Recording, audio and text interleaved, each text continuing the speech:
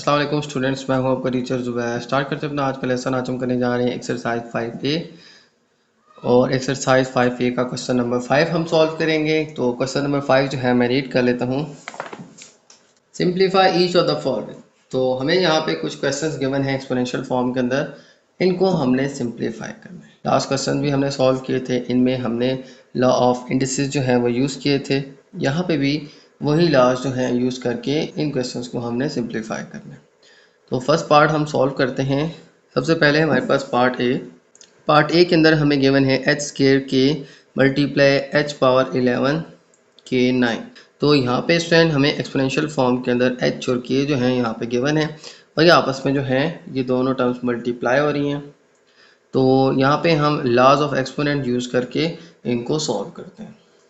तो देखें यहाँ पे अब हमारे पास बेसिस गिवन है एच के और ये आपस में क्या हो रही है, मल्टीप्लाई हो रही है।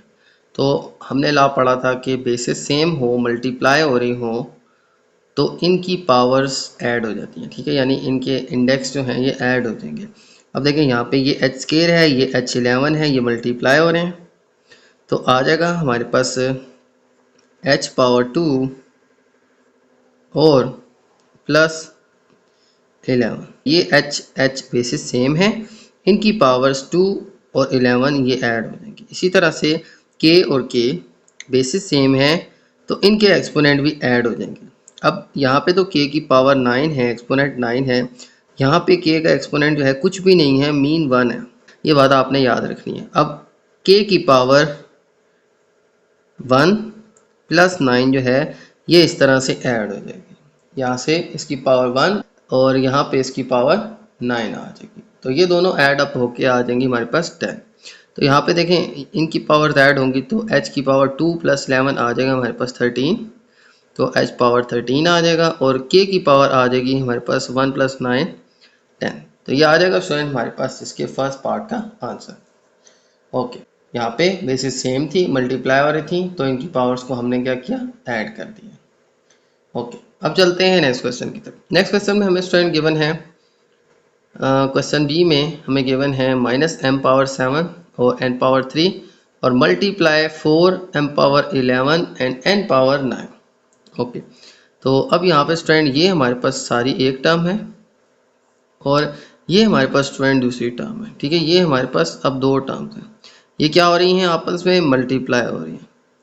अब यहाँ पे माइनस का साइन है और यहाँ पे कोई साइन नहीं यानी प्लस है, तो माइनस मल्टीप्लाई प्लस जो है ये आ जाएगा हमारे पास माइनस। सबसे पहले साइन मल्टीप्लाई होंगे तो माइनस मल्टीप्लाई, यहाँ पे कोई साइन ये प्लस है तो माइनस मल्टीप्लाई प्लस आ जाएगा, प्लस माइनस माइनस। और m पावर 7 और m पावर 11 है, ये मल्टीप्लाई हो रही हैं। देखें m बेस सेम है, मल्टीप्लाई हो रही हैं दोनों टर्म्स, तो इनकी पावर ऐड हो जाएंगी। 7 प्लस आ जाएगी हमारे पास 11, 7 प्लस आ जाएगी 11। अच्छा, इससे पहले देखें यहाँ पे हमारे पास कोफिशिएंट भी गिवन है 4। यहाँ पे कोफिशिएंट कुछ भी नहीं है, सिंपली यहाँ पे 1 होगा। 4 1 ज़र हमारे पास आ जाएगा 4, तो कोफिशिएंट से कोफिशिएंट मल्टीप्लाई हो जाएगा। यहाँ पे m और n के साथ क्या है 4, यहाँ पे कुछ भी नहीं है यानी कि 1 है, तो 4 1 ज़र मल्टीप्लाई होकर आ जाएगा 4। और अब m और m बेसिस सेम है तो इनकी पावर 7 और 11 ऐड हो जाएंगी। इसी तरह n और n बेस सेम है, मल्टीप्लाई हो रहे हैं तो n की भी पावर ऐड हो जाएगी। यहाँ से 3 और यहाँ से 9 आ जाएगा, तो 3 प्लस 9 आ जाएगा। ओके, तो हमारे पास स्टूडेंट सॉल्व करके आ जाएगा -4, m पावर आ जाएगी 11 प्लस 7 इक्वल टू 18 और n पावर आ जाएगी हमारे पास 9 प्लस 3 इक्वल टू 12। तो ये आ जाएगा स्टूडेंट हमारे पास लॉज को यूज़ करते हुए हमारे इस क्वेश्चन का आंसर। ओके, तो अब चलते हैं नेक्स्ट पार्ट की तरफ। ओके, तो सी पार्ट के अंदर स्टूडेंट हमें गिवन है यहाँ पे दो टर्म्स, ये आपस में मल्टीप्लाई हो रही हैं।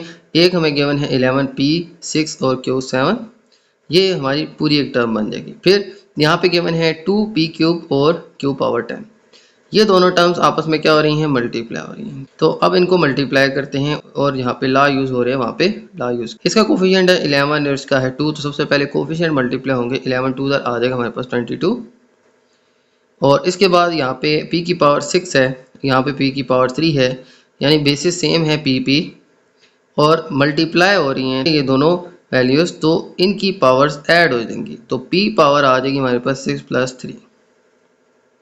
ओके, इसके बाद यहाँ पे अब Q एंड Q ये दोनों बेसिस सेम हैं, Q एंड Q मल्टीप्लाई हो रही हैं, तो इनकी पावर्स भी 7 और 10 ऐड हो जाएंगी, तो आ जाएगा Q 7 + 10। ओके, अब इनको सॉल्व करें तो आ जाएगा हमारे पास 22, p पावर आ जाएगी हमारे पास 6 + 3 9, और Q पावर आ जाएगी हमारे पास 7 + 10 17। तो ये आ जाएगा स्टूडेंट हमारे पास इसका आंसर। इसको हम लास्ट को यूज़ करते हुए सिंप्लीफाई करेंगे। ओके, तो अब चलते हैं नेक्स्ट पार्ट की तरफ। ओके, चलते हैं नेक्स्ट पार्ट डी की तरफ। तो डी पार्ट के अंदर स्टूडेंट हमें क्वेश्चन गिवन है h⁻9 k⁻6 divide by h⁻5 k⁻4। अब देखिए यहाँ पे ये एक टर्म है, ठीक है, और एक ये टर्म है, दोनों आपस में क्या हो रही है, डिवाइड हो रही है। तो अब यहाँ पे बेस h है, ये दोनों बेसिस सेम है, डिवाइड हो रही हैं। तो हमने ला पढ़ा था कि जब बेसिस सेम हो और डिवाइड हो रही हो तो इनके एक्सपोनेंट सब्ट्रैक्ट हो जाएंगे, तो आ जाएगा h और n-5। देखिए बेसिस सेम है h और h, और ये दोनों डिवाइड हो रही हैं तो पावर सब्ट्रैक्ट हो जाएगी, 9 माइनस आ जाएगा 5। इसी तरह से k और k बेसिस सेम है, ये डिवाइड हो रही हैं तो इनकी पावर 6 और 4 सब्ट्रैक्ट हो जाएंगी, तो आ जाएगा k की पावर 6 - 4। ठीक है, ये हमने लॉज जो है हमारी प्रीवियस वीडियोस के अंदर हमने पढ़े थे, तो अगर आपने नहीं समझे हुए तो बेशक आप वो वीडियो देख के इन लॉज को समझ सकते हैं। तो हम क्या करेंगे, बेसिस सेम थी, डिवाइड हो रही थी, तो इनकी एक्सपोनेंट जो हैं ये आपस में सब्ट्रैक्ट हो जाएंगे, तो h पावर आ जाएगी 9 - 5 = 4, और इसी तरह हमारे पास k की पावर आ जाएगी 6 - 4 = 2। तो ये आ जाएगा स्टूडेंट हमारे पास इसका आंसर। ओके, अब चलते हैं नेक्स्ट क्वेश्चन की तरफ। ओके, तो चलते हैं ई पार्ट की तरफ, और ई पार्ट के अंदर हमें गिवन है 15 m⁻8 n⁻7 divided by 3 m⁻2 और n। तो ये स्टूडेंट हमें क्वेश्चन गिवन है, यहाँ पे भी दो टर्म्स हैं और ये आपस में डिवाइड हो रही है, ये सारी वैल्यूज़ डिवाइड हो रही हैं इससे।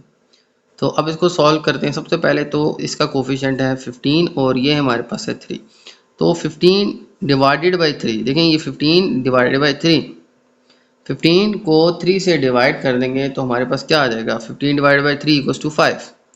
तो सबसे पहले तो 15 को 3 से डिवाइड करेंगे तो आ जाएगा हमारे पास 5।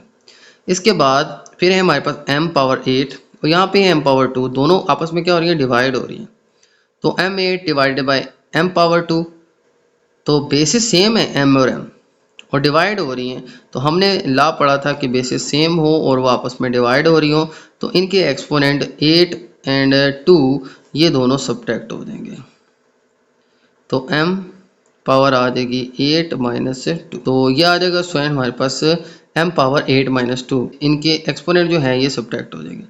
और फिर इसी तरह से n पावर 7, n पावर यहाँ पे कोई पावर नहीं है तो 1 आ जाएगी, तो 0 नहीं लिखना आपने, n पावर 1 लिखनी है, तो n power 7 divided by n power 1 = n power 7 - 1। इनको माइनस कर देंगे क्योंकि बेसिस सेम है, n और n डिवाइड हो रही हैं, तो 7 - 1 इन दोनों की पावर सब्ट्रैक्ट हो जाएंगी, तो आ जाएगा हमारे पास 5 m पावर 6, 8 में से 2 माइनस करेंगे आ जाएगा 6, और n पावर 6। तो ये आ जाएगा स्टूडेंट हमारे पास इस क्वेश्चन का answer, 5 m power n, m power 6 और n पावर 6।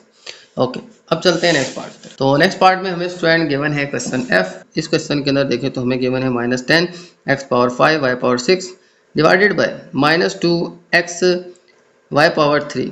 तो अब ये दोनों क्या हो रहे हैं, डिवाइड हो रहे हैं, तो इनको हम डिवाइड करते हैं। सबसे पहले देखें यहाँ पे माइनस, यहाँ पे माइनस, तो minus divided by minus is equal to plus. तो ये पहले आपने बात याद रखनी है कि माइनस डिवाइडेड बाय माइनस जो है वो प्लस होता है। यहाँ पे मैं आपको एक्सप्लेन कर देता हूँ। देखें जैसे हमने रूल्स पढ़े थे मैथ के कि हमारे पास प्लस डिवाइड बाय प्लस जो है वो आ जाएगा हमारे पास plus, minus divided by minus वो भी प्लस आएगा, और प्लस डिवाइड बाय माइनस वो आ जाएगा हमारे पास माइनस, और माइनस डिवाइड बाय प्लस जो है वो आ जाएगा माइनस। ये सेम वही है जो मल्टीप्लाई में होता है, प्लस मल्टीप्लाई प्लस अगर प्लस होता है तो प्लस डिवाइडेड बाय प्लस भी प्लस ही होता है, माइनस मल्टीप्लाई माइनस अगर प्लस होता है तो माइनस डिवाइडेड बाय माइनस भी प्लस होता है। तो इसी तरह से साइन सेम हो तो प्लस और डिफरेंट हो तो माइनस, बिल्कुल जैसे मल्टीप्लाई में होता है, साइन सेम हो तो प्लस होता है, साइन डिफरेंट हो तो माइनस। बिल्कुल इसी तरह से यहाँ पे भी हमने यही रूल यूज़ करने हैं। साइन सेम हो तो डिवाइड हो रहे हो तो प्लस, डिफरेंट हो तो माइनस। यहाँ पे भी साइन सेम थे, ये भी माइनस है, डिवाइड ये भी माइनस है, तो minus divide by minus is equal to plus. 10 divide by 2 is equal to 5। ठीक है, ये कोफिशिएंट होता है, x बेस होती है और 5 इसकी पावर होती है, ये आपने याद रखनी है। तो अब कोफिशिएंट यहाँ पे 10 है, यहाँ पे 2 है, तो 10 divide by 2 is equal to 5। Okay, क्योंकि ये डिवाइड हो रही हैं तो 10 डिवाइड बाई 2 5 ही आता है। यहाँ मल्टीप्लाई होता है तो फिर तो 10 टू 20 आता है, लेकिन डिवाइड हो रहे हैं तो 10 divide by 2 is equal to 5। अब x बेस है, यहाँ पे भी x है, बेस सेम है, x और x डिवाइड हो रही है तो इनके एक्सपोनेंट माइनस हो जाएंगे, तो आ जाएगा x 5 माइनस 1। ठीक है, यहाँ पे x पावर 5 है और डिवाइड है तो यहाँ पे x की पावर 1 जो है माइनस हो जाएगी, x के ऊपर कोई पावर नहीं है तो 1 आएगी। ठीक है, ये याद रखिएगा। तो 5 माइनस 1 इनकी पावर्स माइनस हो जाएगी, y पावर 6 और y पावर 3, तो आ जाएगा हमारे पास y पावर 6 माइनस 3। डिवाइड हो रही हैं, बेसिस सेम है y एंड y, डिवाइड हो रही हैं तो पावर सब्ट्रैक्ट हो जाएंगी, 6 माइनस 3 आ जाएगा। ओके, अब आ जाएगा स्टूडेंट हमारे पास 5, x पावर 5 माइनस 1 करेंगे तो आ जाएगी हमारे पास 4, और y 6 माइनस 3 करेंगे तो आ जाएगा हमारे पास 3। तो ये आ जाएगा स्टूडेंट हमारे पास इसका answer 5x power 4 y power 3। Okay, तो ये था स्टूडेंट हमारा क्वेश्चन नंबर 5। चलते हैं नेक्स्ट क्वेश्चन की तरफ। ओके, तो चलते हैं नेक्स्ट क्वेश्चन, क्वेश्चन 6 की तरफ। और क्वेश्चन नंबर 6 जो है मैं रीड कर लेता हूँ। Simplify each of the following. तो हमें यहाँ पे भी कुछ एक्सपोनेंशियल फॉर्म के अंदर क्वेश्चंस गिवन हैं, इनको भी हमने सिंप्लीफाई करना है। सेम आपने लॉज ऑफ एक्सपोनेंट यूज करके इनको सिंप्लीफाई करना है। ओके, तो सबसे पहले क्वेश्चन है हमारे पास a पावर 2 और whole power 3 multiply a power 5। तो यहाँ पे सबसे पहले देखें, ये हमारे पास a है और इसकी पावर है 2 और ब्रैकेट के बाहर भी हमारे पास पावर है 3। तो पावर और उसके ऊपर ब्रैकेट के बाहर भी पावर आ जाए तो ये दोनों मल्टीप्लाई हो जाती हैं। ये हमने लॉ पढ़ा था, नंबर है उसकी पावर है और ब्रैकेट के बाहर एक और पावर आ रही है, ये दोनों आपस में पावर्स मल्टीप्लाई हो जाएंगी। तो यहाँ पे भी ऐसे ही करेंगे, a पावर 2 3 इधर आ जाएगी हमारे पास 6, और इसी तरह यहाँ पे हमारे पास है a पावर 5। अब यहाँ पे बेसिस सेम है, a एंड a, ये दोनों मल्टीप्लाई हो रही हैं तो इनकी पावर्स ऐड हो जाएंगी। हमने लॉ पढ़ा था कि बेसिस सेम हो, मल्टीप्लाई हो रही हो तो पावर्स ऐड हो जाएंगी। तो यहाँ पे a पावर आ जाएगी 6 प्लस 5, तो 6 प्लस 5 आ जाएगा हमारे पास 11। तो a पावर 11 जो है ये स्टूडेंट हमारे पास आंसर आ जाएगा। ओके, चलते हैं नेक्स्ट पार्ट पर। ओके, तो अब क्वेश्चन गिवन है हमें b और पावर 3 और होल पावर 7। अब देखें, ब्रैकेट में एक पावर है और ब्रैकेट के बाहर भी पावर है, ये दोनों पावर्स मल्टीप्लाई हो जाएंगी तो आ जाएगा हमारे पास b पावर, तो आ जाएगा हमारे पास b और पावर आ जाएगी 3 7 21। ओके, इसी तरह से यहाँ पे भी ऐसे ही होगा, यहाँ पे भी पावर है और ब्रैकेट के बाहर भी पावर है, ये दोनों मल्टीप्लाई हो जाएंगी, 4 5 आ जाएगा हमारे पास 20। ओके, अब बेसिस सेम है, b एंड b मल्टीप्लाई हो रही हैं, अब पावर्स ऐड हो जाएंगी तो आ जाएगा हमारे पास b पावर 21 और प्लस 20। तो b पावर, तो 21 plus 22 is equal to b power 41। तो ये आ जाएगा स्टूडेंट हमारे पास इसके क्वेश्चन का आंसर। ओके, तो यहाँ पे भी देखें हमने लॉज यूज़ किए हैं और इन्हीं के ज़रिए जो है हम इन क्वेश्चंस को सिंप्लीफाई कर रहे हैं। ओके, तो नेक्स्ट पार्ट है सी। अब इस पार्ट के अंदर देखें तो हमें गिवन है c पावर 6 और whole power 5 divide by minus c power 2। तो सबसे पहले तो यहाँ पे ब्रैकेट के बाहर भी पावर है और अंदर भी पावर है, तो इनको आप मल्टीप्लाई कर देंगे तो आ जाएगा हमारे पास c और 6 और उसके ऊपर भी पावर है 5, तो 6 और 5 मल्टीप्लाई हो जाएंगे तो 6 5 आ जाएगा हमारे पास 30। तो c पावर आ जाएगी 6 5 30। फिर आ जाएगा हमारे पास डिवाइड, और यहाँ पे हमें गिवन है माइनस c पावर 2।